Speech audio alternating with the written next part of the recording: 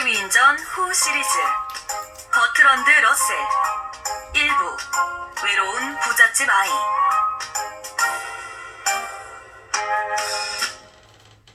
1876년 2월 영국 런던에 있는 저택 펜브로크 로지.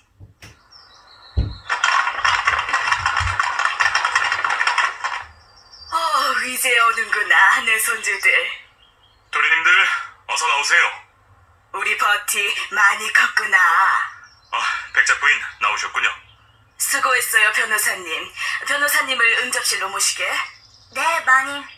변호사님과 이야기하고 올 테니 그동안 아이들을 돌봐주게. 네, 마님. 아이들이 사는데 법률상으로 아무런 문제가 없겠죠? 네, 물론입니다. 형, 여긴 어디야? 할아버지 할머니 댁이야. 도련님들 따뜻한 차 마시며 잠시 계세요. 네, 감사합니다. 저 아이들이 백장님의 손자들이야? 그렇대. 2년 전에는 엄마하고 누이가 죽었는데 이젠 아빠인 램벌리 자장님까지 돌아가셨으니 정말 안 됐다. 그러게 말이야.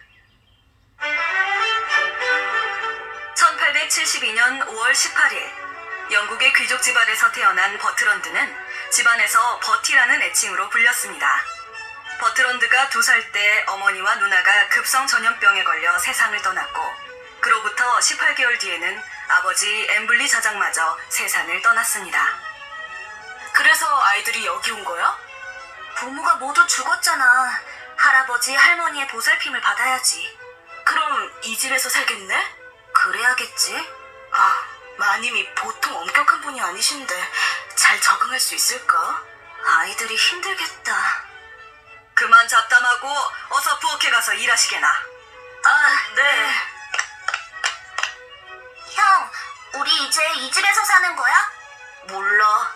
이제 여기가 도련님들 집이에요. 저희가 잘 돌봐드릴게요. 프랭크와 버티가 왔다고? 할아버지예요. 어서 인사하세요. 안녕하세요, 할아버지. 잘 왔다, 잘 왔어. 프랭크, 버티. 이제 할아버지와 이 집에서 같이 살자. 버트런드의 할아버지인 존 러셀 백작은 2번이나 영국 총리를 지냈던 인물입니다. 자신의 부인보다 나이가 23살이나 많았던 존 러셀은 버트런드가 6살 때 세상을 떠났습니다. 얼마 뒤 버티, 우리 밖에서 놀까? 형, 쉬, 목소리가 너무 커. 할머니가 아시면 또 화낼 거야. 뭐 어때? 난 상관없어. 형, 뒤에 할머니. 온 집안에 네 목소리가 쩌렁쩌렁 울리는구나.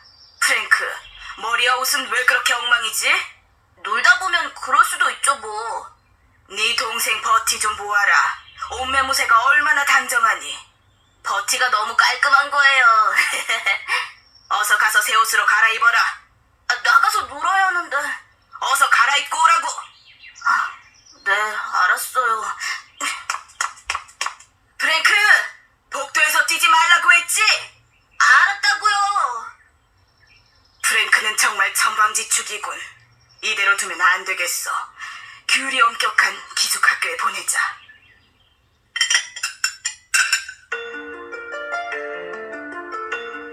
오믈렛이 정말 맛있어요. 버티, 많이 먹었니? 네, 에거스 아주머니와 롤로 아저씨랑 함께 먹어서 그런지 더 맛있었어요. 모두 식사 다 했죠?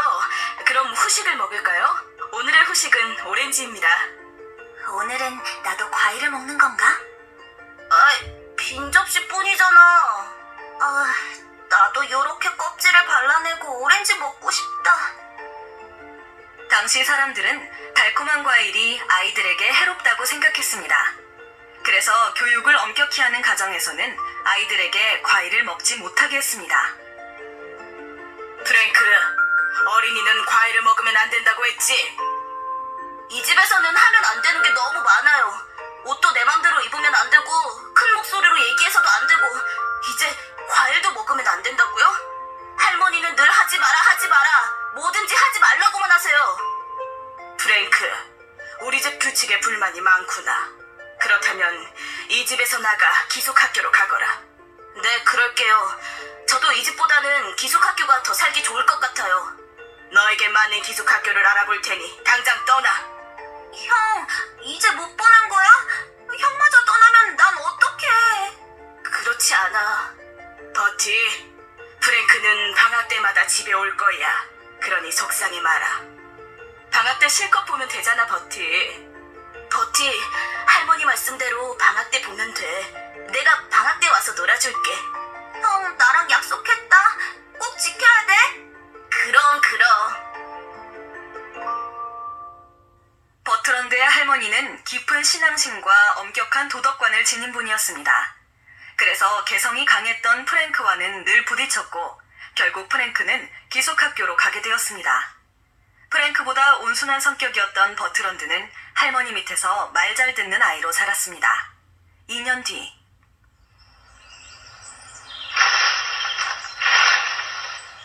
우와, 여기도 있다. 새알을 5개나 모았어. 이제 내 비밀 장소로 가야지. 버티, 거기서 뭐하니? 롤로 아저씨. 버티, 뒤에 감춘 게 뭐니? 새알을 주웠어요. 이곳에 자주 왔었니? 네, 혼자 있을 때면 이곳에 와서 새알을 주우며 놀아요. 버티, 이렇게 넓은 곳에서 혼자 놀다가는 길을 잃을 수도 있어. 그러니 다음부터 여기 올 때는 어른과 같이 와야 한다. 알겠니? 네, 아저씨. 어린애가 얼마나 외로웠으면 새알을 주며 놀고 있을까. 부모가 일찍 세상을 떠난 버트런드는 늘 외로운 아이였습니다. 형마저 기숙학교로 가버리자 버트런드는 홀로 있는 시간이 많아졌고 그럴 때면 이곳저곳을 돌아다니며 시간을 보냈습니다. 그런데 아저씨, 새알에는 뭐가 들어있어요? 새 새끼가 들어있지. 때가 되면 그 속에서 새끼가 나오거든. 버티가 새에 관심이 많구나. 그럼 알에서 새들이 나오는 걸 보여줄까? 정말이요? 이리 와봐. 자, 봐라. 알 속에서 나오는 새끼 새가 보이지? 우와, 정말 알 속에서 새끼가 나오고 있어요. 정말 신기해요.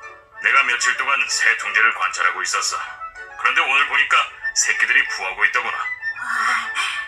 그런데 아저씨, 다른 동물들도 새처럼 알을 낳아요? 그렇지는 않아.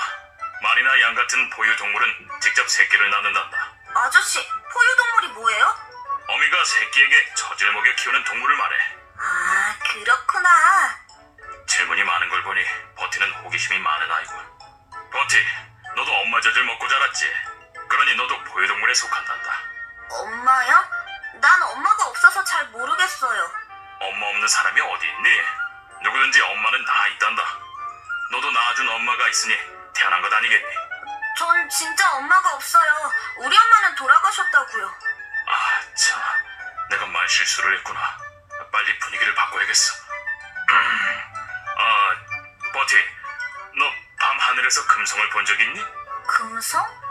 그게 뭔데요? 아침에 일찍 동쪽 하늘에서 아주 밝게 빛나는 별이 있단다. 그 별이 바로 금성이지. 내일 아침에 일찍 일어나서 금성을 꼭 봐야겠어. 다음날 새벽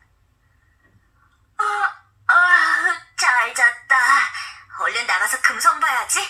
금성은 얼마나 밝을까? 동쪽 하늘에 있다고 했지? 동쪽 하늘이... 저기 있다. 정말 반짝반짝 빛나네. 정말 예쁘다. 벌써 해가 뜨잖아. 아침 먹기 전까지 산책이나 해야겠다. 어릴 때부터 부지런했던 버트런드는 매일 아침 일찍 일어나 샛별과 해돋이를 보곤 했습니다.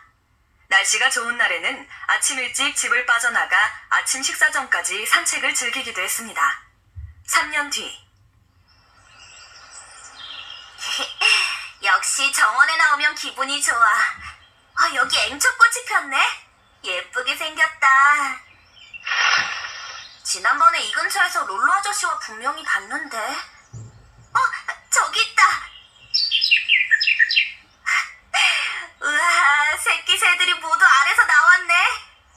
그런데 어미새는 어디 간 거지? 새끼들 줄 먹이를 구해오는구나. 많이 먹고 무럭무럭 자라라. 너희는 엄마가 있어서 좋겠다. 나도 너희처럼 엄마가 있었으면 좋겠어. 너무 어린 시절에 부모님과 헤어져 잘 기억하지는 못했지만 버트런드는 종종 부모님에 대한 그리움이 밀려왔습니다. 우와, 오늘은 유난히 밤하늘에 별이 많네. 엄마 아빠는 어떤 분들이었을까? 버티, 할머니! 무슨 생각에 잠겨 있는 거니? 엄마 아빠 생각을 하고 있었어요. 어떤 분들이었을까 궁금해서요. 두 분 다 제가 너무 어렸을 때 돌아가셔서 기억이 잘 안 나거든요. 버티, 엄마와 아빠 생각은 하지 않는 게 좋겠다. 왜요, 할머니? 이 세상에 있지도 않은 부모를 떠올리느라 시간과 감정을 낭비하는 건 옳지 못해. 하지만 엄마 아빠가 보고 싶단 말이에요. 넌 네 부모를 떠올릴 때마다 슬퍼하며 눈물을 흘리겠지. 그 뒤에는 스스로 가엽게 여기느라 점점 나약해질 테고. 우리 가문에는 그런 나약한 아이 따윈 필요 없어. 가문을 이끌어갈 패기 넘치는 당당한 아이가 필요할 뿐이야. 할머니. 버티, 다시는 부모 생각으로 슬퍼하지 마라. 네, 할머니. 버티, 이제 씻고 자라. 자기 전에 성경 읽고 기도하는 것 잊지 말고. 네, 할머니. 엄마, 아빠, 보고 싶어요.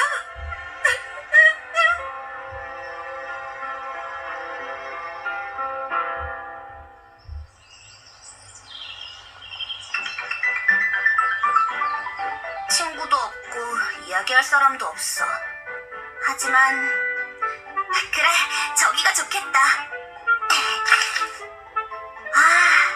숲의 향기가 정말 좋아. 이렇게 책을 읽으면 친구가 없어도 이야기할 사람이 없어도 괜찮아. 친구 하나 없이 커다란 집에 살고 있던 버트런드를 외로움으로부터 구해준 것은 바로 자연과 책이었습니다.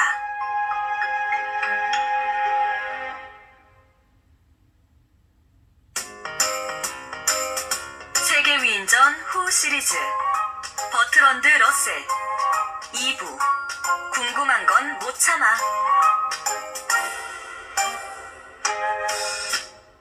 1883년 여름 11살이 된 버트런드는 학교에 다니는 대신 집에서 가정교사로부터 교육을 받았습니다.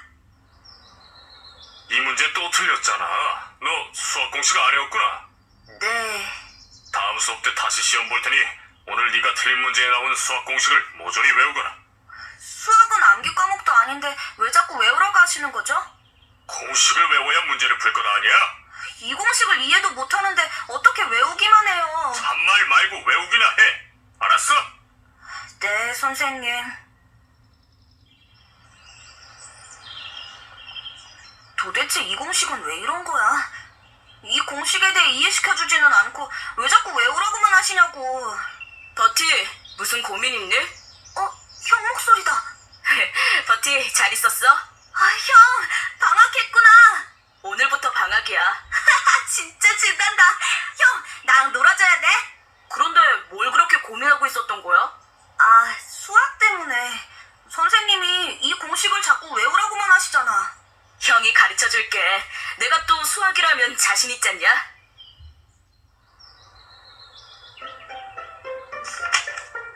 선분 BC를 그린 뒤 선분 BC의 중점인 D에서 시작하는 수직 이등분선을 그어봐.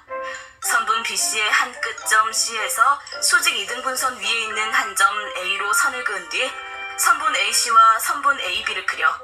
이렇게 하면 선분 AB와 AC의 길이가 같다는 걸 삼각형의 합동을 통해 증명할 수 있지. 이게 바로 유클리드 기하학의 명제 중 하나야. 정말 재밌다. 어려운 게 아니고 재밌다고? 재밌어. 대단한걸. 대부분 기하학이라는 말만 들어도 어려워하는데. 그래? 설명을 듣고 나니 하나도 어렵지 않은걸? 우리 버티가 수학에 소질이 있나 본데? 수학 공식도 제대로 못 외워서 선생님께 매일 혼나는데 뭘. 그럼 계속 유클리드 기하학의 다음 명제를 증명해볼까? 형, 그런데 유클리드 기하학은 몇 개의 공리에서 출발하잖아. 그렇지. 그럼 공리도 증명되어야 하는 거 아니야? 버티, 공리는 증명 없이 인정해야 하는 거야. 예를 들어 두 점 사이의 최단 거리는 직선이라는 공리 말이야. 이것도 증명되어야 한다고 생각해. 공리를 받아들이지 않으면 더 이상 기하학의 진도를 나갈 수 없어. 아, 그렇구나. 오늘은 여기까지. 오늘 배운 걸 완전 이해할 때까지 너 혼자 복습해봐. 아, 알았어.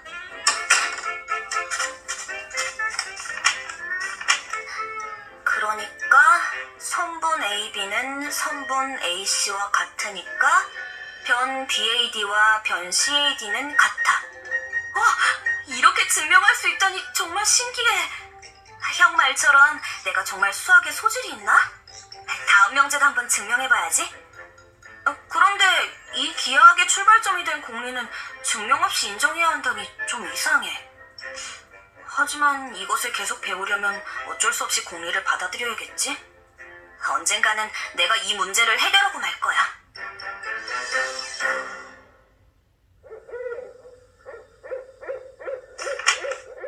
명제를 증명하는 건 정말 재미있어. 이렇게 공부하니 수학 문제 푸는 게 정말 즐거워. 버티, 아직도 공부하니? 네, 할머니. 버티, 온종일 방에서 공부만 했잖니. 이제 그만 자라. 조금만 더 할게요, 할머니. 안 돼. 그러다 건강을 해칠 수 있어. 내일부터는 공부 시간을 줄여야 한다. 알겠니? 네, 알겠어요. 선생님께 숙제도 내지 말고 수업 시간도 줄이라고 할 테니 그런 줄 알아라. 네, 할머니. 자기 전에 기도하는 거 잊지 말고. 이렇게 재미있는데 지금 그만둘 수는 없지. 버티, 자라고 했지? 당장 불 끄고 침대에 누워라. 네, 할머니. 조금 더 수학 공부를 하고 싶은데 어쩌지? 아, 그래. 할머니 발걸음 소리가 들리면 바로 자는 척하는 거야. 그러려면 일단 준비를 해야지. 잠옷으로 갈아입고 촛불은 하나만 남기고 다 끄자.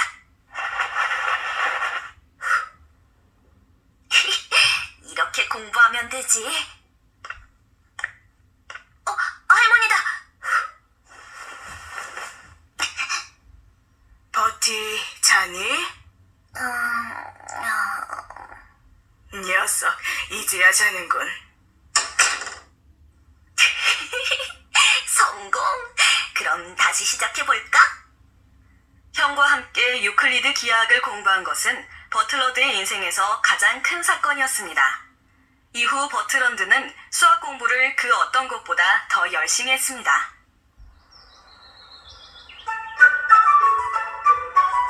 완벽해, 버티.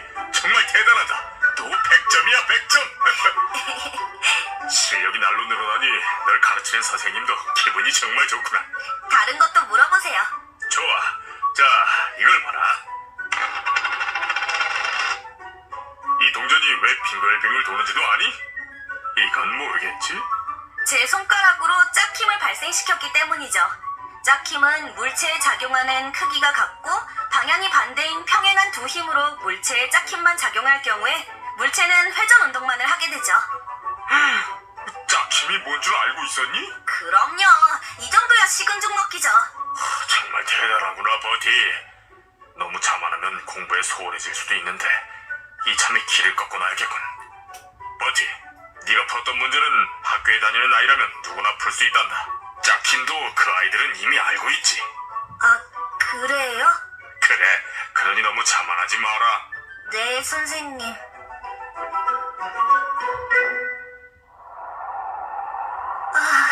추워. 잠옷만 입고 공부하기엔 겨울밤이 너무 추워. 하지만 할머니에게 들키지 않으려면 어쩔 수 없어. 그런데 선생님 말씀대로 정말 학교 다니는 애들은 내가 지금 배운 걸 이미 다 알고 있을까? 그 아이들에 비하면 내가 많이 부족한가?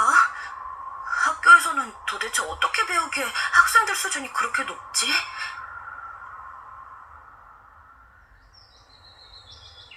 롤러 아저씨, 물어볼 게 있어요. 버티, 왜 그러니? 학교에 다니는 아이들은 모두 공부를 잘하나요? 잘하는 아이도 있고 못하는 아이도 있고 모두 다르지. 근데 그게 왜 궁금하니? 학교 다니는 아이들은 모두 저보다 공부를 잘하는 것 같아서요. 버티, 다른 아이들이 공부를 잘하든 못하든 그런 건 중요하지 않아. 너는 그냥 네가 할 수 있는 온 힘을 다해 열심히 공부하면 된단다. 나만 열심히 하면 된다고요? 그래, 버티가 요즘 수학에 푹 빠졌다는 소문이 있던데. 네, 유클리드 기하학의 명제를 증명하는 거에 재미를 붙였거든요. 버티, 내가 지금껏 너처럼 호기심 많고 두뇌가 명석한 아이는 본 적이 없단다. 정말이에요? 그럼 지금처럼 열심히 공부한다면 장차 큰 인물이 될 수 있을 거야. 감사합니다, 롤루 아저씨. 그래, 남들과 비교할 필요 없어. 나만 열심히 하면 되지 뭐. 그리고 롤루 아저씨 말씀대로 난 노력하면 큰 인물이 될 수도 있다고.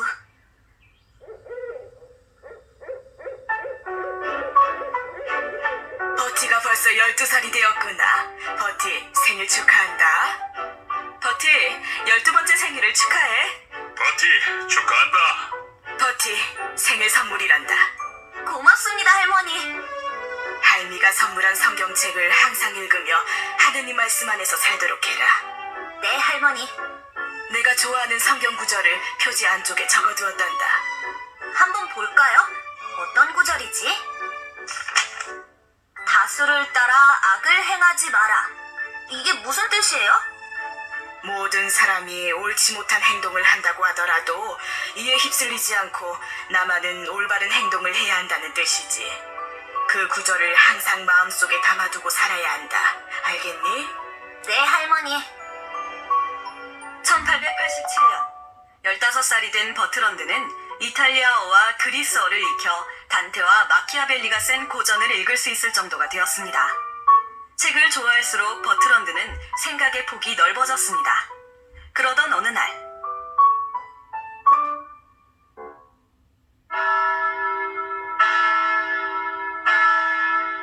하늘에 계신 우리 아버지, 예수님의 이름으로 기도드렸습니다. 하나님께서는 우리를 사랑하십니다. 그런데 하나님은 정말 계실까? 왜 사람들은 본 적도 없는 하나님을 믿고 따르는 거지? 책을 통해 다른 사람의 생각을 엿보고 스스로 생각해봐도 난 신이 있다고 확신할 수가 없다. 내가 신의 존재에 대해 의심하고 있다는 걸 신앙심 깊은 할머니가 알면 실망하실 텐데. 이런 내 생각을 글로 정리하고 싶은데 할머니가 보실까봐 그럴 수도 없고, 뭐 좋은 방법이 없을까? 그래, 할머니는 그리스어를 모르시니까 그리스어로 내 생각을 기록하는 거야. 버티, 뭐하니? 할머니. 이렇게 긴 글을 쓰다니. 버티가 그리스어도 제법 하는구나. 다행이다.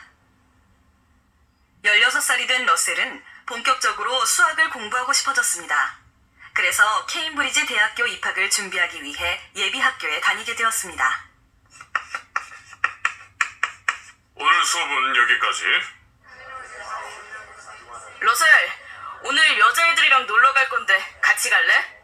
그래, 너도 같이 가자. 아니야, 난 공부하러 갈래.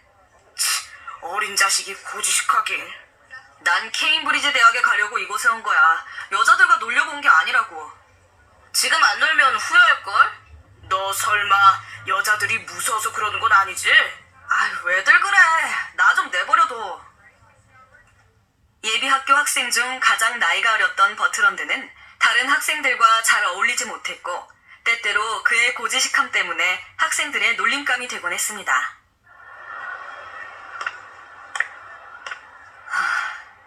대학교에 입학하려면 열심히 공부만 해도 시간이 모자랄 텐데 모두 놀 생각밖에 안 하고 있어.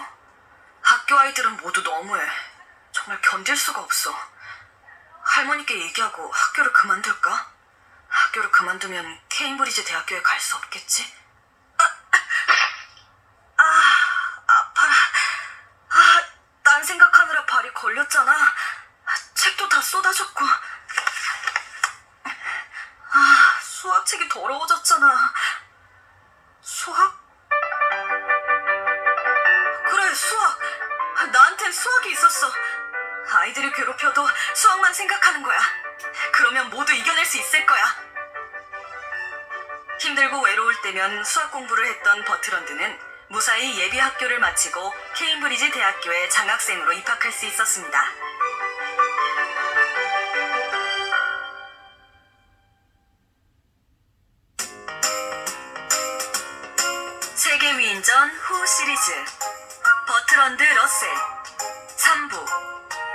케임브리지 대학 생활.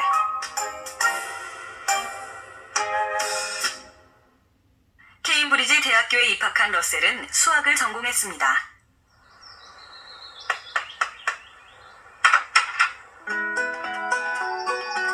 여기가 러셀의 방 맞니? 맞아, 내가 러셀이야. 안녕, 러셀. 난 이 기숙사 207호에 사는 크롬프턴이야. 난 206호에 사는 프라이. 그런데 내 방엔 어쩐 일이야? 수학과 화이트헤드 강사님 알지? 그 강사님이 널 높이 평가한 모양이야. 화이트헤드 강사님이 널 눈여겨보라고 하셨거든. 쉽게 말하면 그냥 친구가 되려고 찾아왔어. 아, 그렇구나. 와, 미래 정치경제학 원리를 가지고 있네.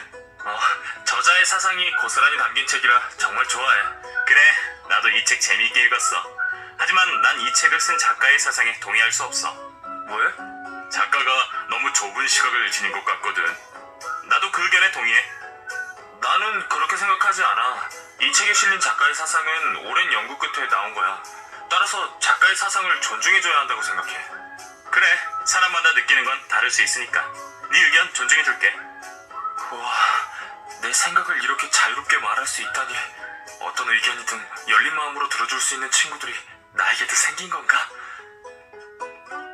고지식한 성격이었던 러셀은 케임브리지 대학교에 입학한 뒤 마음에 맞는 사람들과 생활하며 사교적인 성격으로 변했습니다.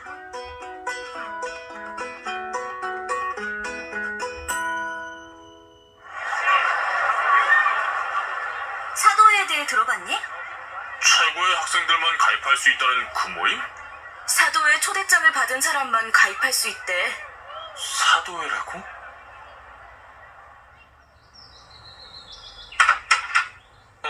웬 봉투가 책상에 있지? 토요일 밤 10시에 A관 두 번째 강의실로 혼자 몰래 오라고? 보는 사람 이름도 없고. 혹시 사도회 초대장?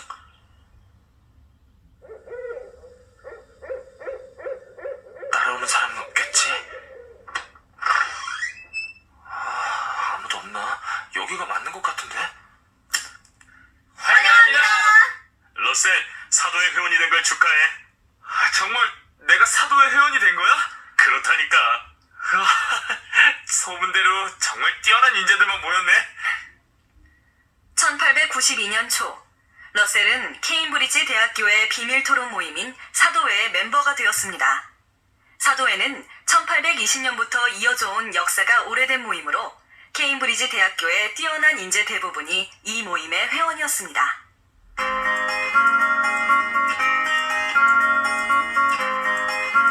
사도회는 아무나 들어올 수 없는 비밀 토론 모임이야. 왜 비밀 모임인데? 비밀이 유지되어야 어떤 주제든 자유롭게 토론할 수 있잖아. 그래서 일반 학생들은 사도회 회원이 누군지 어디서 모임을 여는지 모르는 거였구나.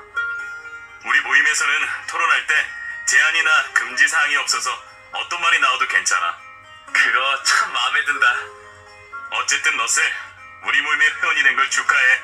그럼 나도 케임브리지를 대표하는 우수 학생으로 인정받은 건가? 그렇지. 3학년이 된 러셀은 사도회에서 조지 무어를 만났습니다. 그는 러셀이 철학에 눈을 뜨는데 많은 영향을 준 인물이었습니다. 사도회 토론 때 보면 넌 모든 주제에 막힘이 없는 것 같아. 내가 그랬나? 어떻게 하면 너처럼 해박한 지식을 가질 수 있는 거지? 난 철학을 좋아해서 철학책을 많이 읽거든. 철학? 어떤 분야든 그 근본에는 철학적 사고가 필요하더라고. 아, 그렇구나. 러셀, 넌 철학 좋아하니? 미래 저서 외에는 그다지 접해보지 못했어. 하지만 요즘은 틈틈이 이것저것 찾아 읽고 있어. 아, 철학책을 읽고 있다니 다행이군. 철학을 공부하면 다른 분야 공부에도 많은 도움이 될 거야. 맞아, 그런 것 같아. 그럼 다음에 만날 땐 그동안 읽은 철학책을 주제로 토론하자.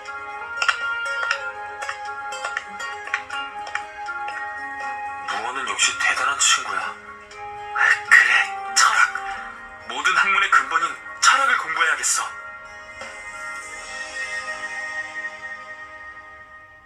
1893년, 러셀은 학부를 졸업했지만 철학 공부를 조금 더 하기 위해 케임브리지 대학교에서 1년간 더 공부했습니다. 그러는 사이 어느덧 의젓한 청년이 된 러셀은 한 한 여인을 만났습니다.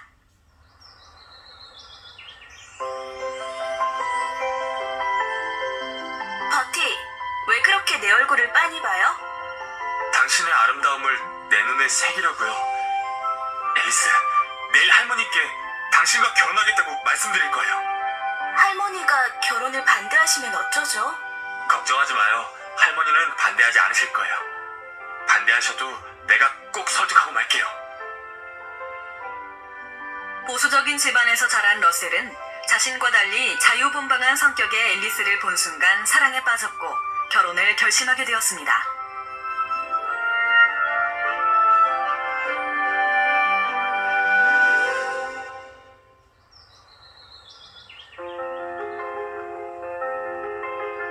버티, 이 결혼은 안 된다.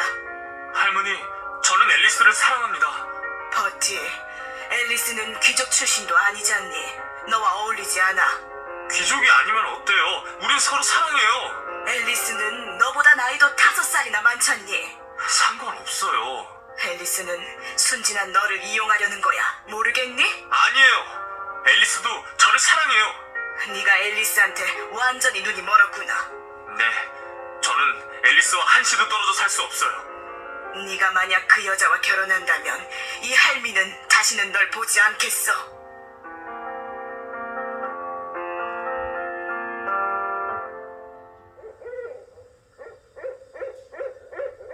할머니가 저렇게 반대하시는데 어떻게 해야 되지? 지금껏 키워주신 할머니를 위해 앨리스와 결혼하지 말아야 하나? 어떻게 해야 되지? 머리가 너무 복잡해. 책이라도 읽으면서 마음을 진정시켜야겠어.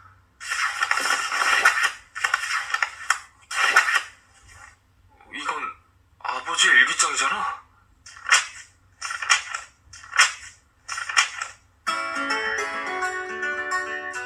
이럴 수가.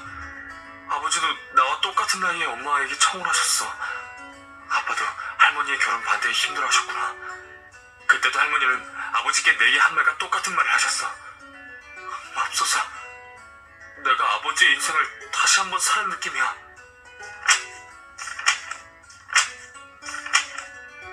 아버지는 어머니와 함께 여성 참정권을 주장하는 등 사회운동에 적극적으로 참여하셨어. 이 일기장을 통해 아버지의 새로운 모습을 많이 알게 됐는걸. 나도 아버지처럼 남들 눈치 보지 않고 내가 하고 싶은 일을 하면서 살고 싶어. 그래, 이번 기회에 앨리스와 결혼하고 할머니의 보살핌에서 벗어나 독립하는 거야. 러셀은 할머니의 반대에도 결국 앨리스와 결혼했습니다.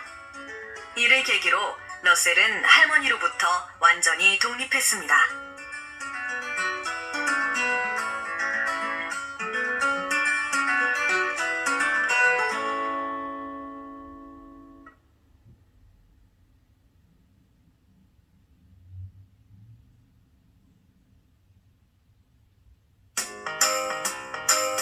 세계 위인전 후 시리즈 버트런드 러셀 4부 수학의 논리의 기초를 세워라.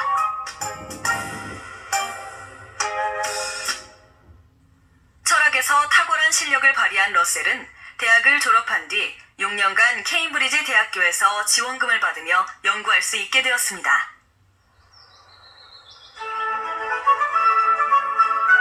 차 마시면서 좀 쉬었다 하세요. 고마워요, 앨리스. 버티, 요즘 외출도 하지 않고 쓰는 원고가 도대체 뭐예요? 내 연구 논문을 다듬고 있어요. 대학 출판부에서 내 논문을 책으로 내주겠다지 뭐예요. 어머, 정말 반가운 소식이네요. 러셀의 논문은 1897년 기하학의 기초에 관한 연구라는 제목의 책으로 출판되었습니다. 버티, 편지 왔어요. 이 편지 프랑스에서 왔는데요? 프랑스에는 아는 사람이 없는데 누굴까? 프랑스의 루이 쿠티라에게서 온 편지네? 그 사람이 왜 편지를 보냈지? 누군데요? 프랑스의 철학자이자 논리학자예요. 만난 적도 없는 사람인데 왜 내게 편지를 보냈지? 이 사람이 내 책을 칭찬하는데요? 정말이에요? 만난 적도 없는 외국 사람에게 칭찬의 편지를 받다니 정말 기분 좋군. 러셀의 기하학의 기초에 관한 연구는 많은 학자로부터 주목을 받았습니다. 1900년 7월, 러셀은 파리에서 개최된 국제철학대회에 스승인 화이트헤드와 함께 참석했습니다.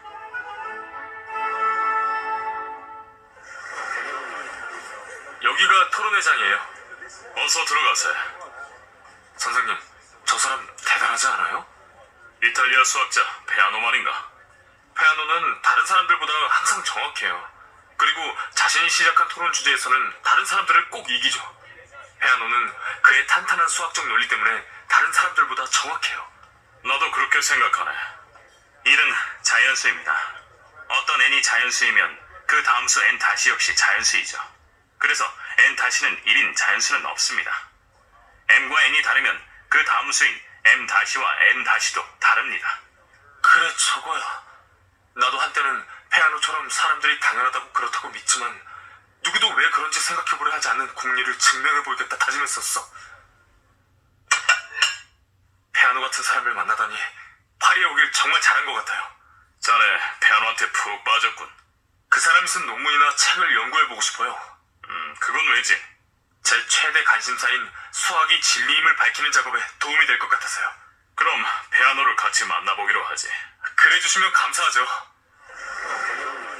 페아노 선생님, 발표 잘 들었습니다. 많이 배웠어요. 도움이 되었다니 영광입니다. 이 친구가 선생님의 발표에 큰 영감을 얻었다고 합니다. 제 연구에 큰 도움이 될 것 같아요.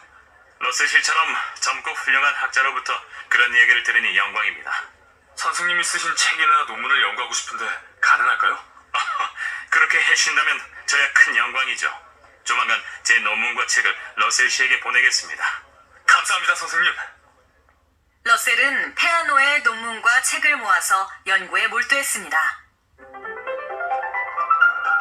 1 더하기 1은 1이 될 수 없는 것은 n 더하기 1은 n 다시, 즉 1 더하기 1은 1 다시가 되기 때문이야. 우리는 수학에서 1 다시는 2라고 사용하기로 합의했기에 1 더하기 1은 2가 될 수밖에 없어. 이 모든 게 결국은 사회적 약속이지. 이거 흥분되는데 오랫동안 날 좌절시켰던 문제의 답이 이제야 명확히 보이는 것 같아. 페아노의 책을 통해 내가 오래전부터 하고 싶었던 작업에 필요한 새롭고 강력한 도구를 얻었어. 그래, 수학의 기초는 논리학 위에 세워질 수 있어.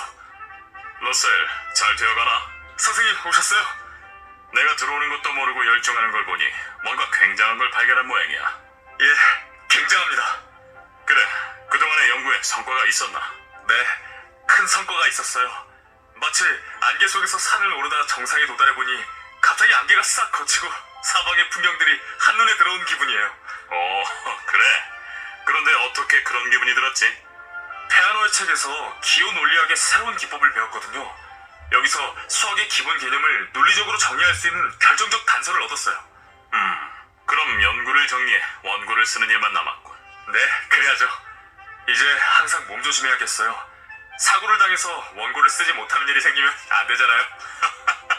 자네 농담도 잘하는군. 농담이 아니에요. 이제야 제가 정말 가치 있는 일을 해낼 수 있겠다는 생각이 들거든요. 그럼 하루빨리 원고 작업에 들어가게나. 네, 알겠습니다. 내 모든 지식을 담은 책을 만들고 말겠어. 1900년 10월, 러셀은 원고를 쓰기 시작했습니다. 수학의 원리를 증명하는 것에서부터 원고를 시작하자. 우선 수를 정의하는데 집합의 개념을 이용해보자. 러셀은 하루에 10장씩 원고를 써나갔고 결국 수학의 원리라는 책을 1900년 12월 31일 완성했습니다. 러셀은 3개월도 채 되지 않는 기간에 쉬지 않고 원고를 완성했던 것입니다. 드디어 완성했다. 행복해. 하지만 얼마 지나지 않아 러셀은 자신의 원고에 아직 해결해야 할 문제가 남아있음을 알아챘습니다. 러셀, 문제점을 발견했다고? 네, 모순이 발견되었어요. 어떤 모순이지? 저는 수를 정의하는데 집합의 집합이라는 개념을 사용했어요. 여기서 집합은 크게 두 가지로 나눌 수 있죠. 두 가지? 먼저 그 자신을 구성원으로 하지 않는 집합이 있어요. 자연수의 집합처럼 그 집합의 구성원은 자연수이고 집합 자체는 스스로 구성원이 아닌 경우죠. 집합 자체가 스스로 구성원이 아닌 경우는 연필의 집합이나 왼손잡이들의 집합처럼 대다수의 보통 집합을 뜻하겠군. 예, 맞습니다. 그리고 자연수가 아닌 모든 것의 집합처럼 그 자신을 구성으로 하는 집합이 있어요. 그런데 그 자신을 구성원으로 하지 않는 집합들의 집합을 살펴보면 모순이 생겨요. 어떤 모순? 쉽게 설명해 줄 수 있겠나? 예를 들어 설명할게요. 스스로 이발하지 않는 사람들이 모여 사는 마을이 있다고 쳐요. 그런데 그 마을에 스스로 이발하지 않는 모든 사람을 이발해주는 이발사가 있어요. 그러면 그 이발사는 스스로 이발을 할까요? 이발사가 스스로 이발하지 않는다면 스스로 이발하지 않는 모든 사람을 이발해준다는 말과 모순이 되겠군. 이발사가 스스로 이발한다면 스스로 이발하지 않는 사람들이 모여서 한다는 말과 모순이 되겠고. 이 모순을 발견한 뒤로 아무것도 할 수 없게 됐어요. 그렇겠군. 자기 자신을 구성원으로 하지 않는 집합들의 집합을 A라고 부를 때 이 집합 A는 그 자신이 집합의 구성원일까요? 집합 A가 집합의 구성원이라면 집합 A는 그 자신을 구성원으로 하지 않는 집합들의 집합이라는 말에 모순이 되겠고, 반대로 집합 A가 집합의 구성원이 아니라면 집합 A는 그 자신을 구성원으로 하지 않는 집합들의 집합이므로 모순이 되겠어. 네, 맞습니다. 이 문제가 쉽게 해결될 것 같나? 열심히 하다 보면 곧 해결할 수 있을 겁니다. 그래, 꼭 해결하길 바라네. 그렇게 1년이 지나갔습니다. 도대체 해결 방법을 찾을 수가 없어. 러셀, 해결 방법은 찾았나? 아니요, 이 모순을 해결하는 건 보통 일이 아닌 것 같아요. 그렇군.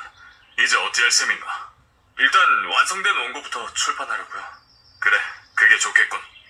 앞으로 1년 동안 원고를 조금 더 다듬어서 수학의 원리를 출판할 겁니다. 그럼 그 모순이 포함된 원고는 어떻게 할 텐가? 수학의 원리 속편을 계획하고 있어요. 그때 이 모순을 해결해 넣으려고요. 선생님께서 속편을 쓸 때 공동으로 집필해 주셨으면 합니다. 좋네, 그렇게 하지. 그로부터 1년 뒤인 1903년, 수학의 원리가 드디어 출판되었습니다. 이 책이 출판되자 러셀은 하루아침에 수학계에서 유명인사가 되었습니다. 러셀, 이 친구 정말 대단해. 러셀이 발견한 이 모순은 피할 수가 없어. 아니야, 뭔가 방법이 있을 거야. 하지만 1년이 지난 뒤에도 러셀은 모순을 해결하지 못했습니다. 이 모순을 해결할 수가 없어. 해결 방법이 떠오르지 않아.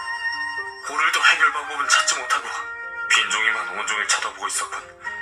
어쩌면 남은 내 인생 모두를 이 백지만 쳐다보면서 보내게 될지도 몰라. 도대체 어떻게 해야 되지? 2년 뒤, 러셀, 뭔가를 발견했다면서? 어서 오세요. 그게 뭔가? 제 나름의 방법을 발견했습니다.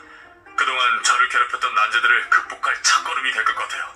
모순이 일어난 이유는 집합이 그 자신을 구성원으로 할 수 있다는 생각 때문이에요. 그래서 하나의 집합이 스스로 구성원이 되는 것을 금지하면 모순이 일어나지 않아요. 하나의 집합이 다른 집합의 구성원이 되는 것은 괜찮지만 다른 집합이 아닌 자기 자신의 구성원이 되는 것은 잘못이죠. 그럼 이제부터 원고를 쓰는 일만 남았군. 네, 선생님. 전에 부탁했던 대로 작업에 참여해 주시기 바랍니다. 이런, 미안해서 어쩌지. 강의 일정이 빠듯해서 원고를 쓸 시간이 없어. 우선 자네가 원고를 쓰게. 그러면 내가 틈틈이 검토하겠네.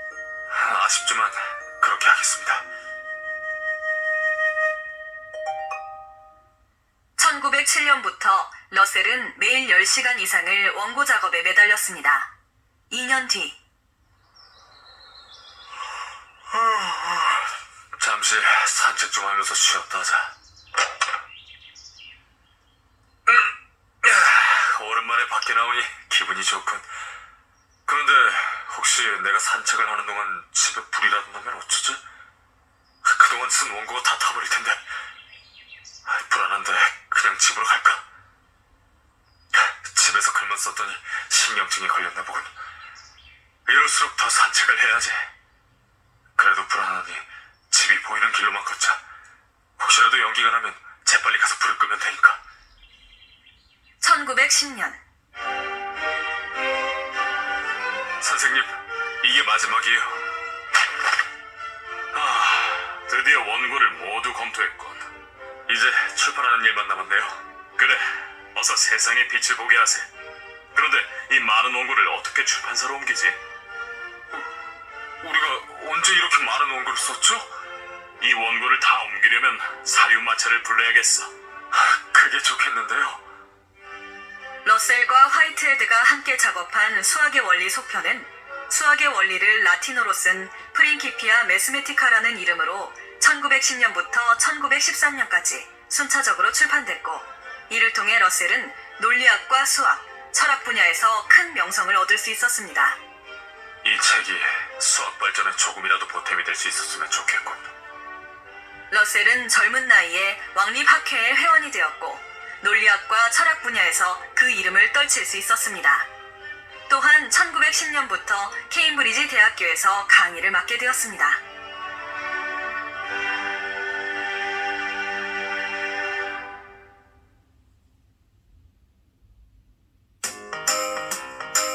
세계 위인전 후 시리즈 버트런드 러셀 5부 평화주의자 러셀의 반전운동.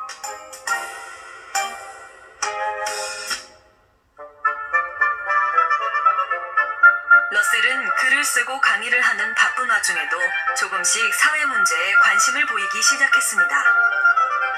그래, 존 스튜어트 밀의 주장이 옳아. 진정한 자유란 남자와 여자가 평등한 사회에서 이루어질 수 있지. 여성은 사회 구성원의 절반을 차지하고 있어. 그런데 왜 여성에게는 참정권이 없는 걸까?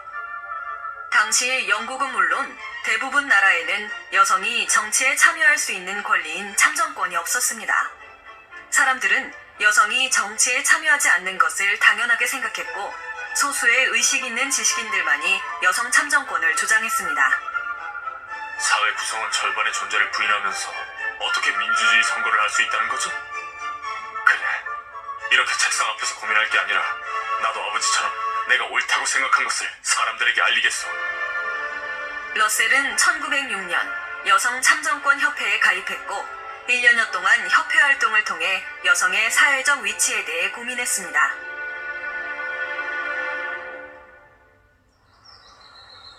이번 보궐선거에 우리 협회에서도 후보를 내기로 했습니다. 후보로는 러셀 씨를 추천할까 하는데 어떠신지요? 네? 저를요? 러셀 씨가 우리 협회 후보로 가장 잘 어울린다고 생각합니다. 누구보다도 여성의 권리를 지키기 위해 노력하시잖아요. 알겠습니다. 고민해보겠습니다. 사람들은 여성 참정권 같은 문제에 관심이 없다. 따라서 내가 선거에 나선다면 반드시 낙선할 거야. 하지만 후보로 나서 선거운동을 한다면 여성 참정권 문제가 왜 중요한지 널리 알릴 수 있겠지. 그래, 하자. 내가 앞장서보자. 러셀은 하원 의원을 뽑는 보궐선거에 후보로 나섰습니다.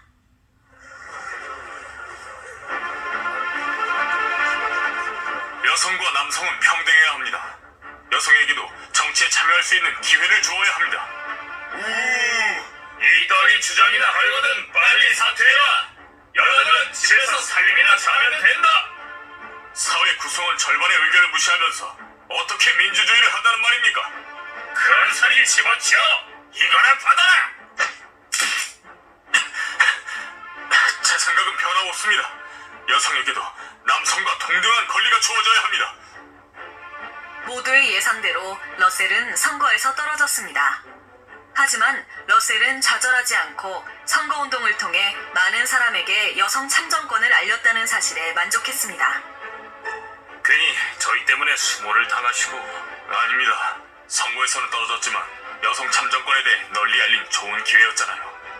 여성 참정권 운동의 첫걸음은 비록 이렇게 끝이 났지만 우리의 노력이 앞으로도 계속된다면 언젠가는 우리가 바라는 세상을 맞이할 수 있을 것입니다. 1914년 유럽은 전쟁의 광풍이 불기 시작했습니다. 오스트리아 헝가리 제국 황태자가 세르비아인에 암살당한 뒤부터 세상이 뒤숭숭해졌어. 오스트리아가 세르비아에 선전포고를 했자는가. 게다가 두 나라의 동맹국들까지 서로에게 선전포고를 하는 상황이야. 우리 영국도 가만히 있지 않겠는걸. 유럽 전체가 필요 없는 전쟁에 뛰어들고 있어. 이 전쟁을 막아야 돼. 적어도 우리 영국은 전쟁에 뛰어들지 말고 중립을 지켜야 돼. 그게 어디 말처럼 쉽겠나? 1914년 8월 2일 런던. 호해요 호해. 독일이 러시아에 선전포고를 했다는군. 결국 그렇게 됐군. 곧 우리 영국도 참전하겠지? 당연하지. 잘 됐어. 이번 기회에 영국의 강력한 힘을 보여줘야 해. 그래, 맞아. 맙소사. 사람들은 전쟁이 몰고 올 불행한 미래를 예상조차 하지 않고 있군. 1914년 8월 4일, 독일에 선전포고한 영국이 제1차 세계대전에 참전했습니다. 수많은 젊은이가 유럽을 휩쓴 야만적인 전쟁 때문에 죽어가고 있어. 이 세상을 위해 내가 해야 할 일이 무엇이란 말인가? 다수를 따라 악을 행하지 말며 성사의 다수를 따라 부정당한 증거를 하지 말라.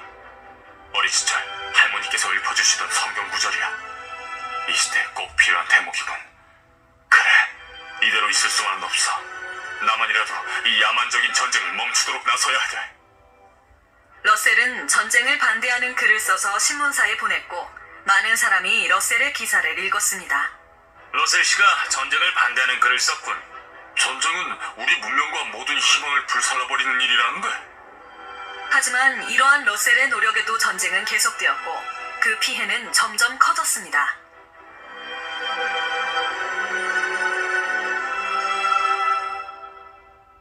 아직 전쟁에 참여하지 않고 중립을 지키는 미국만이 전쟁에 참여한 양쪽 국가를 설득할 수 있어. 미국 윌슨 대통령에게 공개 편지를 보내 세계를 구해달라고 호소해보자. 윌슨 대통령께, 이 전쟁을 종식할 수 있는 힘이 바로 당신에게 있습니다. 미국이 양 진영의 중재안을 내놓는다면 그에 대한 협상 지지 움직임이 일어날 것입니다. 이러한 일은 오직 미국의 대통령인 당신만이 할 수 있습니다. 우리에게 평화를 가져다 주기를 유럽의 이름으로 호소하는 바입니다. 1916년 러셀의 편지는 평화단체를 통해 미국의 거의 모든 신문에 실렸습니다. 윌슨 대통령만이 유럽을 파괴하고 있는 이 전쟁을 멈출 수 있어요. 역시 러셀 씨의 말이 맞는 것 같아요. 맞아요. 윌슨 대통령이 중재안을 내야만 해요. 러셀의 편지는 여론을 움직이는 데는 성공했지만 미국 정부를 움직이지는 못했습니다. 내가 아무리 노력해도 변하는 건 없구나. 아니, 점점 더 상황은 악화되고 있어. 계속해서 젊은이들은 전쟁터에서 목숨을 잃고 도시는 파괴되고 있어. 전쟁이 치열해지자 더 많은 병사가 필요해진 영국 정부는 18살에서 41살 사이의 영국 남성이라면 누구든 입대하도록 병역법을 제정했습니다. 이건 말도 안 돼. 징집을 막아야 돼. 우리의 미래를 짊어질 젊은이들을 전쟁터로 끌려가 죽도록 내버려둘 순 없어. 그 후 러셀은 양심적인 병역 거부자들을 중심으로 한 징집 반대 운동에 적극적으로 참여했습니다.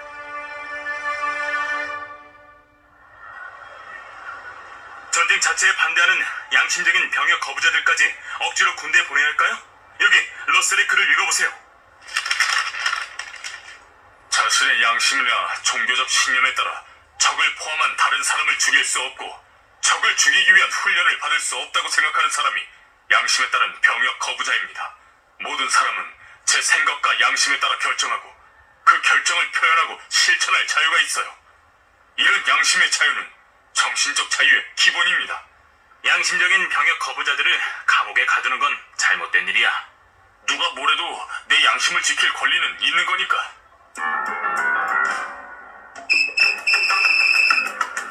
거기 서라! 경찰이다! 우린 잘못한 게 없어요. 당신들을 금지 인셈을 배포죄로 체포합니다.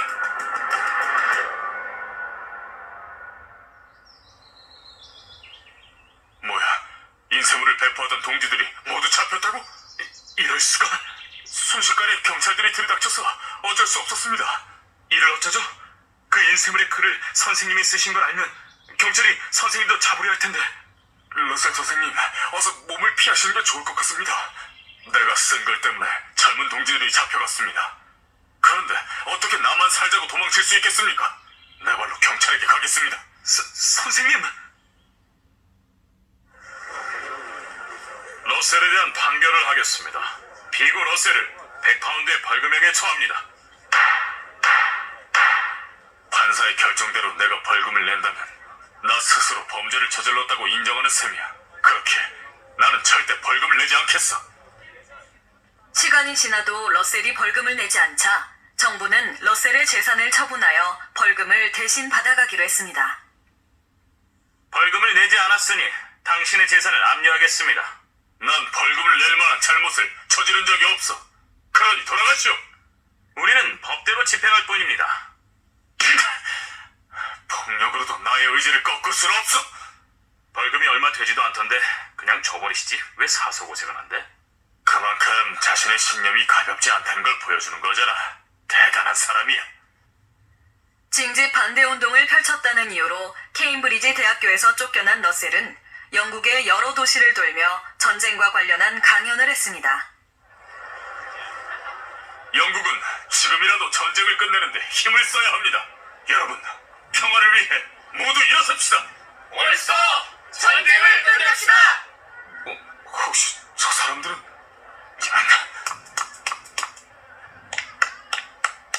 젠장 어디로 사라졌지? 역시 날 감시하고 있었군. 정부가 아무리 날 막으려 해도 난 내 신념을 꺾지 않을 거다. 그러던 어느 날 당신이 버트런드 러셀이 맞습니까? 네, 제가 러셀입니다만. 러셀 씨, 당신을 유언비어 유포죄로 체포합니다. 제가 어떤 유언비를 퍼뜨렸죠? 근거도 없이 정부의 정책이 부당하다며 수많은 사람이 보는 잡지에 글을 실지 않았어. 당신의 글을 읽은 사람들이 정부의 정책이 정말 잘못됐다고 얘기하면 어떻게 되겠어? 근거가 없다뇨. 엄연히 의회 보고서를 인용해 쓴 글입니다. 뭐가 잘못됐다는 겁니까? 무엇을 보고 글을 썼던 피고 버트런트 러셀에게 징역 6개월을 선고한다. 1918년 5월 러셀은 석연치 않은 판결로 교도소에 갇혔습니다. 지금 내가 할 수 있는 일이 아무것도 없어. 지금 이 시간에도 전쟁터에선 죄 없는 젊은이들이 죽어가고 있는데도 말이지. 그래, 그들을 위해서라도 이 시간을 헛되이 보낼 수는 없어. 감방 안에서 내가 할 수 있는 일을 찾는 거야. 그래, 글을 쓰자. 일상적인 글을 쓰는 것만 허락하겠습니다. 정부 정책에 반대하는 글을 쓰다가 발각될 땐 엄중한 처벌을 내리겠습니다. 알겠어. 러셀은 감방 안에서 매일 8시간씩 책을 읽었고 4시간 동안 철학과 관련된 글을 썼습니다. 이렇게 6개월 동안 러셀은 한 권의 책을 쓸 수 있었습니다. 러셀은 형기를 마치고 출소했습니다. 그리고 얼마 뒤 제1차 세계대전이 끝났습니다.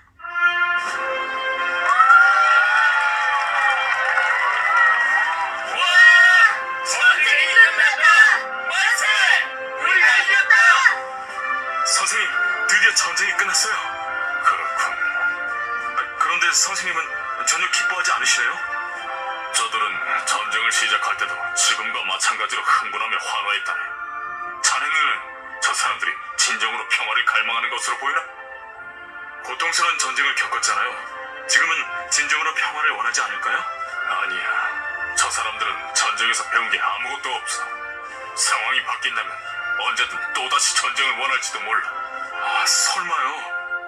전쟁이 남긴 상처는 생각지 않고 승리감에만 도취된 저들의 모습을 보니 그런 생각이 든다네.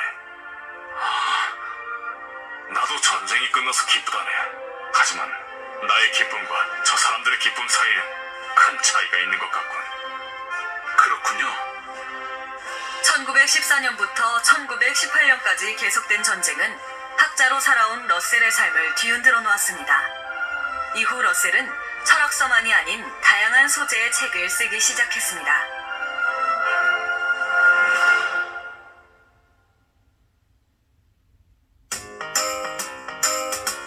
세계 위인전 후 시리즈 버트런드 러셀 6부 러셀의 실험학교. 사회운동을 하는 동안 앨리스와 이혼한 러셀은 한동안 홀로 생활했습니다. 그러던 중 도라 블랙이라는 여성과 재혼해 아들 존과 딸 캐서린을 낳았습니다. 1927년 존이 7살이 되자 러셀은 고민에 빠졌습니다.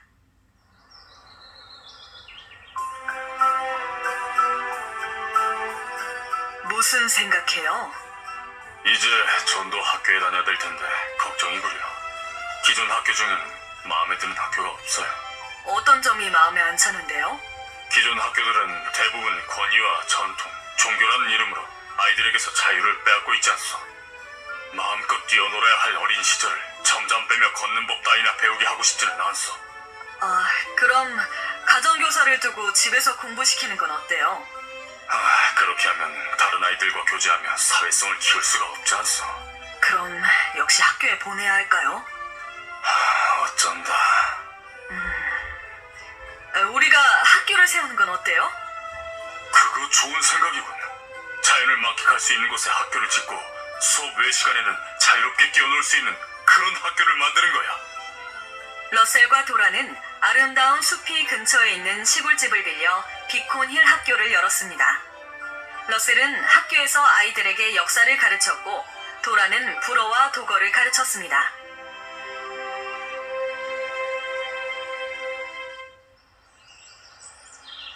집에 있을 땐 엄마가 옷 떨어진다고 숲속에 못 가게 했어요.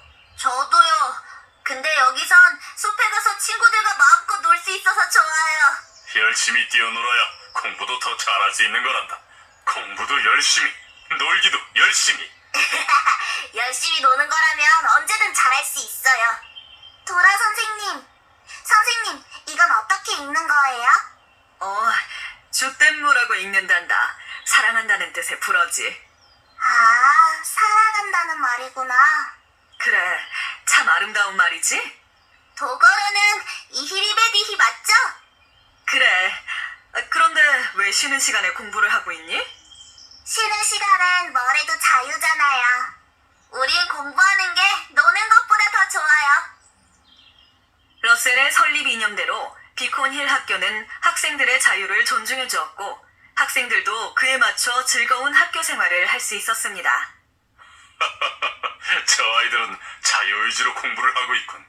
자유를 주면 아이들은 놀기만 할 거라는 어른들의 편견을 깨뜨리는 사례군요. 하지만 시간이 흐르자 곳곳에서 문제점이 드러났습니다. 어디 맛 좀 봐라. 아파. 그만 때려. 너희 지금 뭐 하는 거니? 친구끼리 싸우면 안 돼. 싸운 거 아니에요. 저 녀석이 다짜고짜 저를 때렸다고요. 네, 맞아요. 저보다 덩치 큰 아이들도 저를 때리거든요. 그렇다고 친구를 때리면 어떡하니? 저도 그 애들처럼 저보다 덩치 작은 아이를 때리는 거예요. 그게 공평하잖아요. 뭐라고? 비콘힐 학교 학생들은 주중에는 기숙사에서 생활했습니다. 어라, 아이들이 어디 갔지? 아니, 이 방에도 아이들이 없잖아. 아이들이 어디 간 거야?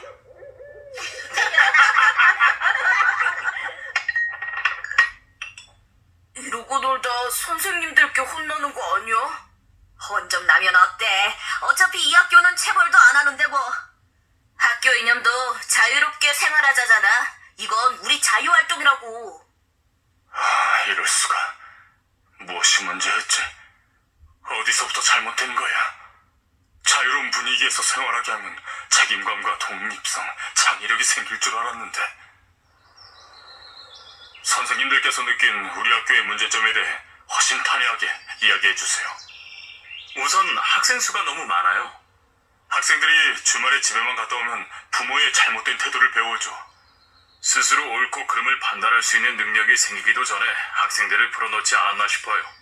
무엇보다 학생들이 자유에 대해 잘못 생각하고 있다는 게 가장 큰 문제죠. 현실을 반영하지 못한 내 이상적인 교육관이 큰 문제를 불러일으킨 거였군. 결국 이 모든 게 내 잘못이었어.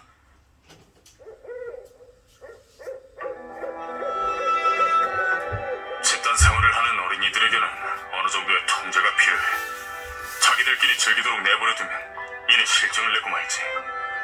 아이들에게 자유시간을 줄 때는 반드시 어른이 함께하면서 방향을 제시해줘야 돼. 여보, 새벽바람이 차요. 어서 들어가 쉬세요. 안 그래도 들어가려던 참이에요. 감기가 오려는지 몸이 으슬으슬하군요. 학교 문 문제점에 대해 며칠 동안 밤을 새우며 고민하던 러셀은 결국 백일해라는 병을 앓게 되었습니다. 그러나 러셀은 몸이 아픈 것을 단순한 몸살 정도로 여겼고 평상시와 다름없이 수업했습니다. 그로 인해 급성 전염병인 백일해를 아이들에게 옮기고 말았습니다. 잘못된 교육관으로 학생들을 망치다니 이제 그것도 모자라 전교생에게 전염병을 옮기고 말았어. 학교와 학생들을 위해서 내가 떠나는 게 좋겠어. 비콘힐 학교를 부인 도라에게 맡기고 미국으로 건너간 러셀은 공개 강연과 대학 강의를 하며 지냈습니다. 1939년에는 여름방학을 맞은 존과 캐서린이 러셀을 보러 미국에 왔습니다. 그리고 며칠 뒤인 1939년 9월 1일 제2차 세계대전이 일어났습니다. 또다시 전쟁이 터지고 말았군. 사람들은 참혹한 전쟁의 기억을 이다지도 빨리 잊는단 말인가.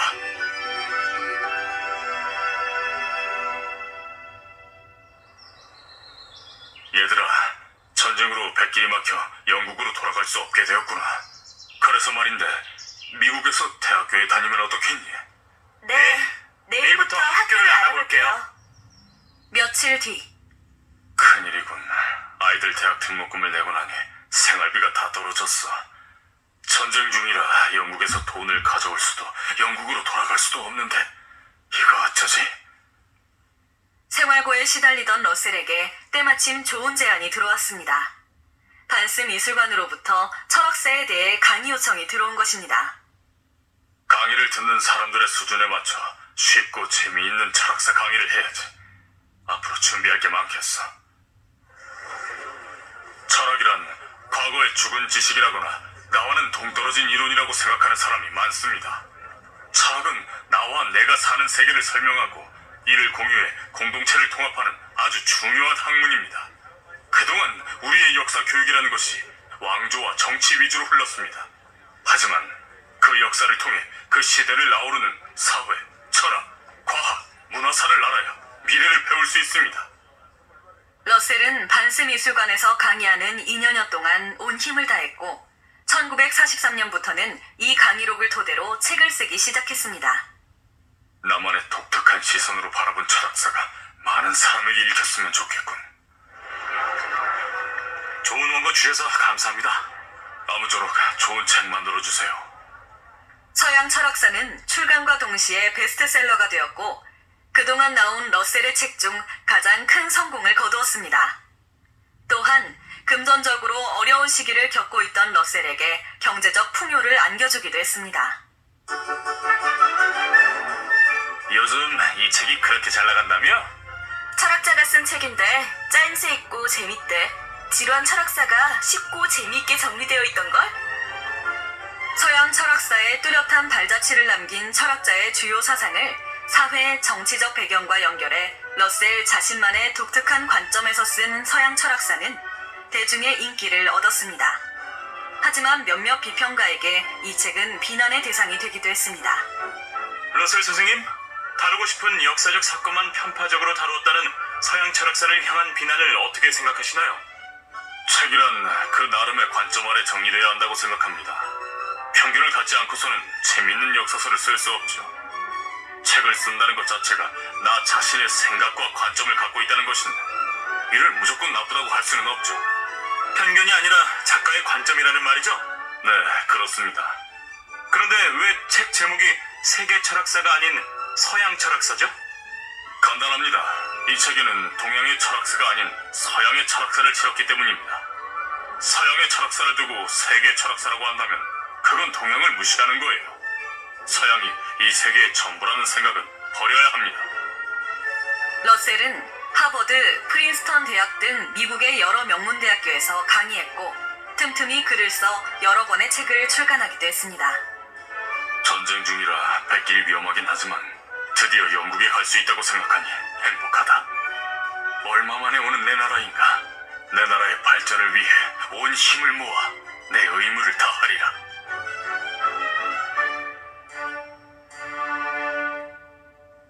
러셀이 영국으로 돌아온 지 1년이 조금 지난 1945년 8월 6일 미국이 개발한 원자폭탄이 일본의 도시 히로시마에 떨어졌습니다. 긴급 속보를 알려드립니다. 긴급 속보라고? 오늘 미군 폭격기가 떨어뜨린 원자폭탄으로 일본 히로시마가 한순간에 불바다가 되었습니다. 그로부터 사흘 뒤인 8월 9일, 일본의 나가사키에 또 하나의 원자폭탄이 떨어졌습니다. 결국 일본은 연합군의 패전을 선언했고 제2차 세계대전이 끝이 났습니다. 세계를 제패하겠다며 기세 좋던 일본이 원자폭탄 2대에 항복하고 말았구나. 원자폭탄의 위력이 이다지도 위협적이란 말인가? 이번 일을 계기로 세계 여러 나라에서 핵폭탄을 만들려고 달려들 테지. 만약 핵전쟁이 일어난다면 인류의 문명은 끝장날 게 분명해. 내가 이렇게 가만히 있어서는 안 돼. 몇 달 뒤 영국 상원의회. 얼마 지나지 않아 히로시마와 나가사키에 투하된 원자폭탄보다 훨씬 위력적인 핵폭탄이 제조될 것입니다. 이 핵이라는 괴물을 가지고 있는 것만으로도 핵전쟁이 일어날 가능성이 열려있는 것입니다. 강대국 간의 협정을 통해 핵무기 제조 및 개발을 막아야 합니다. 옳소! 1949년 8월, 소련이 원자폭탄을 보유하고 있다는 사실이 알려지자 러셀은 그와 의견을 같이 하는 동료들과 더불어 핵무기의 위험성을 알리기 시작했습니다. 이제 언제든지 미국과 소련이 핵전쟁을 벌일 수 있습니다. 핵전쟁이 일어나면 우리의 문명은 사라질 게 뻔합니다. 핵무기 통제 방안을 짜내지 못한다면 무시무시한 전쟁을 막을 수 없게 돼요. 러셀 선생님, 준비하십시오. 러셀 선생님, 긴장하지 마시고 평소 강의하시던 대로 편안하게 말씀하시면 됩니다. 자, 말씀하세요. 우리가 어떤 선택을 하느냐에 따라 행복과 불행이 결정될 것입니다. 반대로 우리가 벌이는 다툼을 잊지 못한다면 죽음의 길을 택할 수도 있습니다. 러셀은 영국의 공영방송인 BBC 라디오 방송에 출연해 자신의 주장을 더 많은 사람에게 전했습니다. 여러분, 인간에 대한 사랑을 기억하십시오. 핵 문제에 관한 여러분의 관심이 인류를 낙원으로 이끌 수 있습니다. 다 맞는 이야기야. 그래, 우리 지구를 대대손손 물려주려면 핵전쟁이 일어나선 절대 안 돼.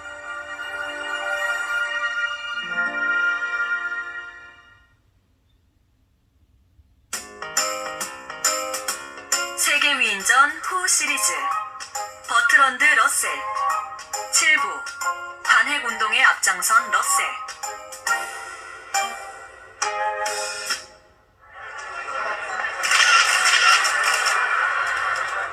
올해 노벨 문학상을 받은 버트런드 러셀의 수락 연설이 있겠습니다.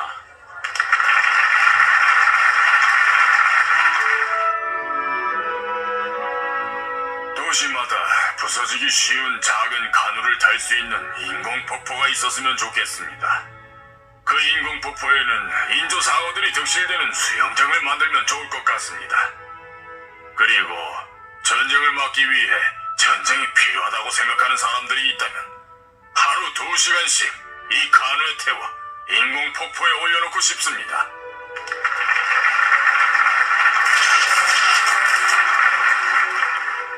노벨 문학상을 받은 두 번째 철학자가 된 러셀은 이를 통해 위대한 철학자이면서 동시에 뛰어난 글솜씨를 가진 작가임을 세상에 알렸습니다.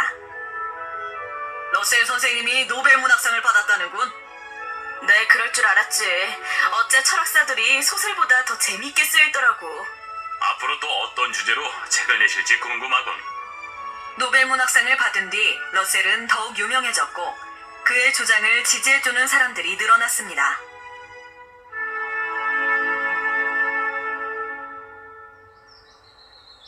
선생님, 오늘도 편지가 이만큼이나 왔어요. 모두 내 핵전쟁 반대 운동을 지지한다는 사람들이 보내온 거군. 감당하지 못할 정도로 강연과 글 청탁이 들어오고 있어요. 이제 새로운 활동을 시작할 때가 됐어. 어떤 활동이요? 핵전쟁을 막고 평화를 위한 국가 간 협력의 필요성을 사람들에게 알려야 해. 국가 간의 공동 활동을 촉구한 공식 선언문을 만들어서 민주주의와 공산주의 양진영에서 존경받는 과학자들에게 서명받는 거야. 제일 먼저 아인슈타인에게 편지를 써야 돼. 그분이라면 우리 일을 적극적으로 도와줄 거야. 러셀은 아인슈타인, 닐스 보어 등 당시 최고의 과학자들에게 선언문을 보냈습니다. 특히 아인슈타인은 세계 과학계를 이끄는 상징적인 인물이었습니다. 몇 주 뒤, 아인슈타인 박사에게서 답장이 왔습니까? 아니요, 아직 안 왔습니다. 아인슈타인은 과학자 중에서도 가장 핵심 인물인데 아인슈타인 박사 한 명 정도의 서명은 없어도 되지 않을까요? 아인슈타인의 서명이 없으면 다른 과학자들의 서명이 아무리 많다고 한들 우리 계획에 차질이 생길 수 있다네.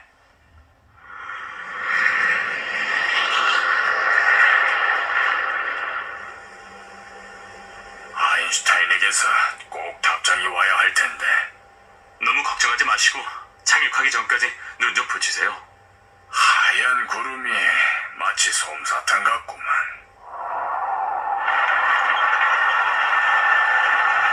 안 돼! 선생님, 일어나 보세요. 다행이야. 꿈이었군. 큰일 났어요. 방금 기내방송 뉴스에서 나왔는데 아인슈타인이 오늘 사망했대요. 이럴 수가. 아, 러셀 선생님이시군요. 선생님 앞으로 편지가 한 통 도착해 있습니다. 편지요? 누굴까? 파리에 있는 선생님의 지지자가 보낸 편지 아닐까요? 맙소사, 이 편지는 아인슈타인에게서 온 거잖아.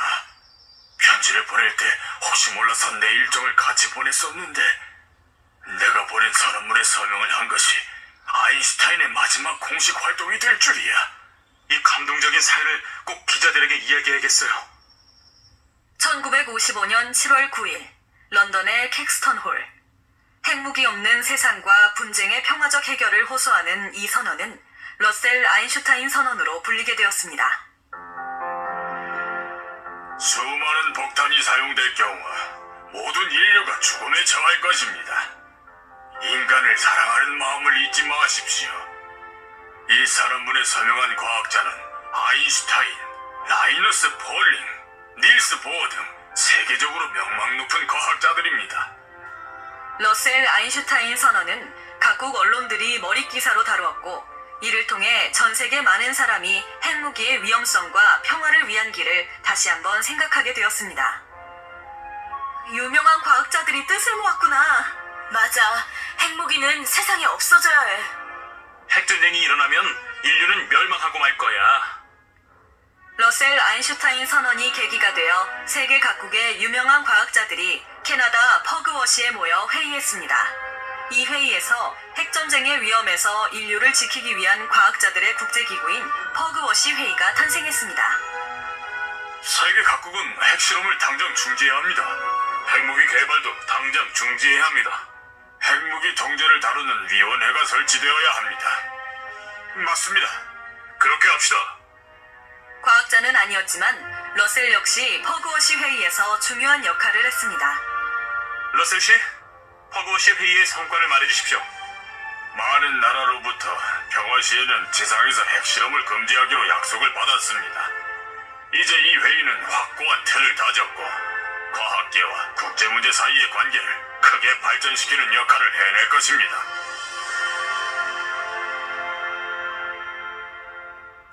반핵운동을 하며 이곳저곳 뛰어다녔지만 러셀은 아직 부족함을 느꼈습니다. 아직 많이 부족해. 그래, 미국과 소련 지도자에게 공개 편지를 보내는 거야. 준비됐습니다. 말씀하세요. 가장 힘있는 지도자님들께 국가 간의 협력이야말로 전쟁을 방지하는 유일한 방법입니다. 러셀의 공개 편지를 보고 답장이 올까? 에이, 미국과 소련 대통령이 얼마나 바쁠 텐데 답장까지 보내겠어. 아니야. 난 답장이 올 거라고 믿어. 며칠 뒤, 선생님, 답장이 왔어. 소련의 후르시초프 서기장과 미국의 델레스 국무장관에게서 온 편지예요. 어서 주게. 이럴 수가. 선생님, 뭐라고 쓰여 있어요? 미국이나 소련이나 정신 차리려면 아직 멀었군. 1957년 러셀은 미국과 소련 지도자에게 반핵과 반전을 호소하는 공개 편지를 보냈지만 돌아온 건 차가운 거절뿐이었습니다. 1958년 웨스트민스터 센트럴홀. 드디어 오늘 핵무기 감축 운동을 공식 출범하게 되었습니다. 이 운동을 통해 더 많은 사람이 핵의 위험성을 알아차리도록 하겠습니다. 옳소! 핵무기는 우리의 자! 러셀이 주도한 핵무기 감축 운동에는 해를 거듭할수록 많은 사람이 동참했습니다. 저기 러셀 선생님이시다. 여러분과 함께 행진할 수 있을 만큼 젊지 못하다는 게 너무 아쉽습니다. 선생님 목까지 우리가 열심히 투쟁하겠습니다. 행진만으로는 한계가 있어. 더 나은 방법을 찾아야 돼. 1960년 7월의 어느 날, 안녕하세요. 핵무기 감축운동 모임에서 활동하는 렐프 샌먼입니다. 반가워요, 샌먼 씨. 저는 지금의 행진만으로는 한계가 있다고 생각합니다. 그건 나도 같은 생각입니다. 그래서 새로운 운동 방향을 제시하기 위해 선생님을 찾아온 겁니다. 좋은 생각이라도 있습니까? 시민 불복종 운동을 해야 합니다. 시민이 직접 핵 정책에 대해 정부에 강요할 수 있을 만큼 강력하게 맞서는 거죠. 우선 시위가 금지된 핵 정책과 관련된 정부기관 앞에서 시위하는 겁니다. 그거 참 좋은 생각이군요. 샌문 씨의 제안에 대해 여러 사람과 함께 심사숙고해 보겠습니다. 1961년 2월 18일, 영국 국방성 건물 앞.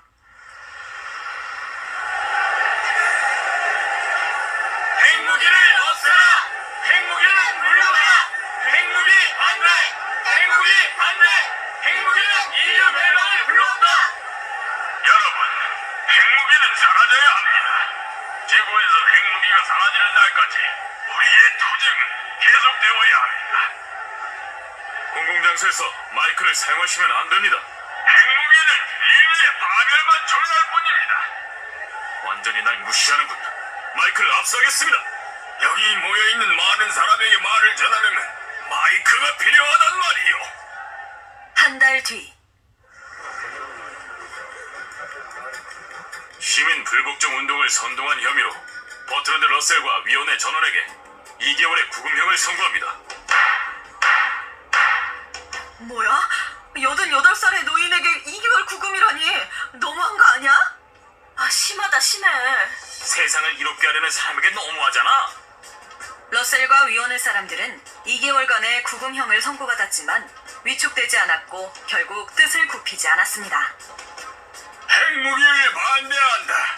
핵무기 개발을 방관하는 영국 정부는 반성하라. 그 뒤로도 러셀은 정치나 종교적인 이유로 박해받는 사람들을 위해 운동을 전개했습니다. 정치범 석방을 촉구하는 편지는 보냈나? 네, 선생님. 말씀대로 정리해서 보냈습니다. 다음 달에는 팔레스타인 난민 실태를 조사할 사람을 이스라엘로 보내야겠어. 네, 바로 알아보겠습니다. 자네가 나 때문에 할 일이 참 많군. 선생님 곁에서 배우는 게 더 많습니다.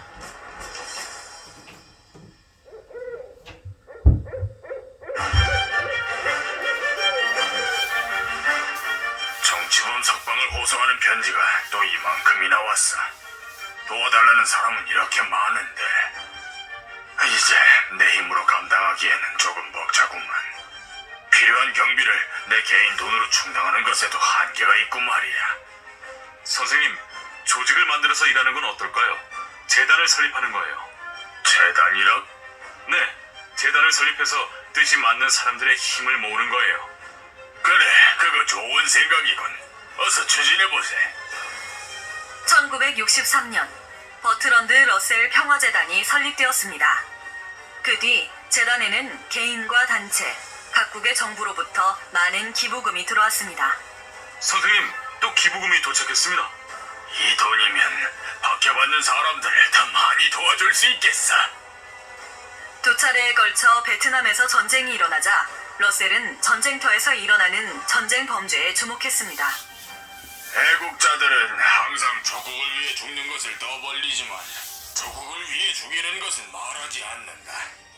전쟁은 누가 옳은지를 가리는 게 아니라 단지 누가 남느냐를 가릴 뿐이지. 전쟁 때문에 많은 베트남 국민이 핍박을 받고 있습니다. 베트남에서 벌어지는 전쟁 범죄를 조사해야 합니다. 조사 결과가 나오는 대로 국제사회에 끔찍한 참상을 알려야 합니다. 베트남 국민이 최소한의 기본권을 존중받을 때까지 우리 노력해 봅시다. 네, 알겠습니다.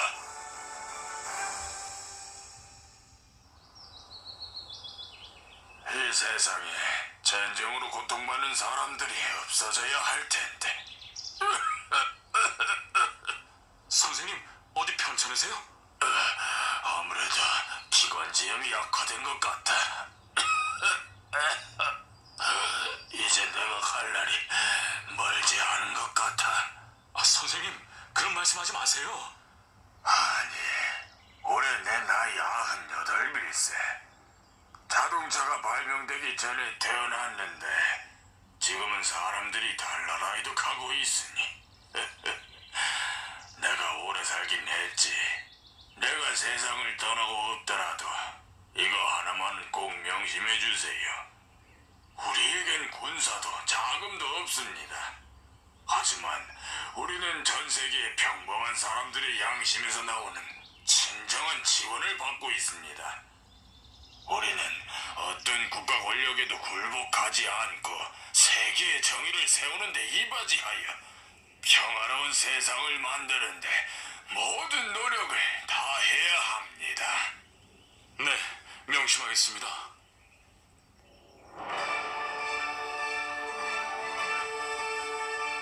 (1970년 2월) 수학자에서 철학자로 그리고 평화주의자와 반해군동가로 파란만장한 삶을 이어온 러셀은 98살의 나이로 세상을 떠났습니다. 단순하지만 누를 길 없이 강렬한 세 가지 열정이 내 인생을 지배해왔다. 사랑에 대한 갈망, 지식에 대한 탐구욕, 인류의 고통에 대한 참기 힘든 연민이 바로 그것이다.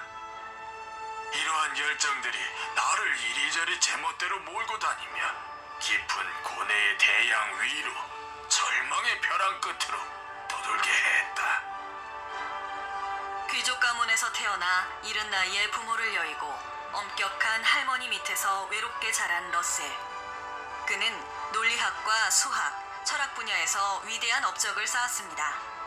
또한 누구보다 평화와 자유를 사랑했던 그는 자신의 생각을 일반 대중에게 알리기 위해 많은 책을 썼고 인류를 파멸의 길로 몰고 갈 핵무기에 반대하며 반핵운동에 앞장섰습니다. 냉철한 머리와 누구보다 따뜻했던 가슴을 지닌 버트런드 러셀은 20세기의 위대한 지성이자 위대한 휴머니스트입니다.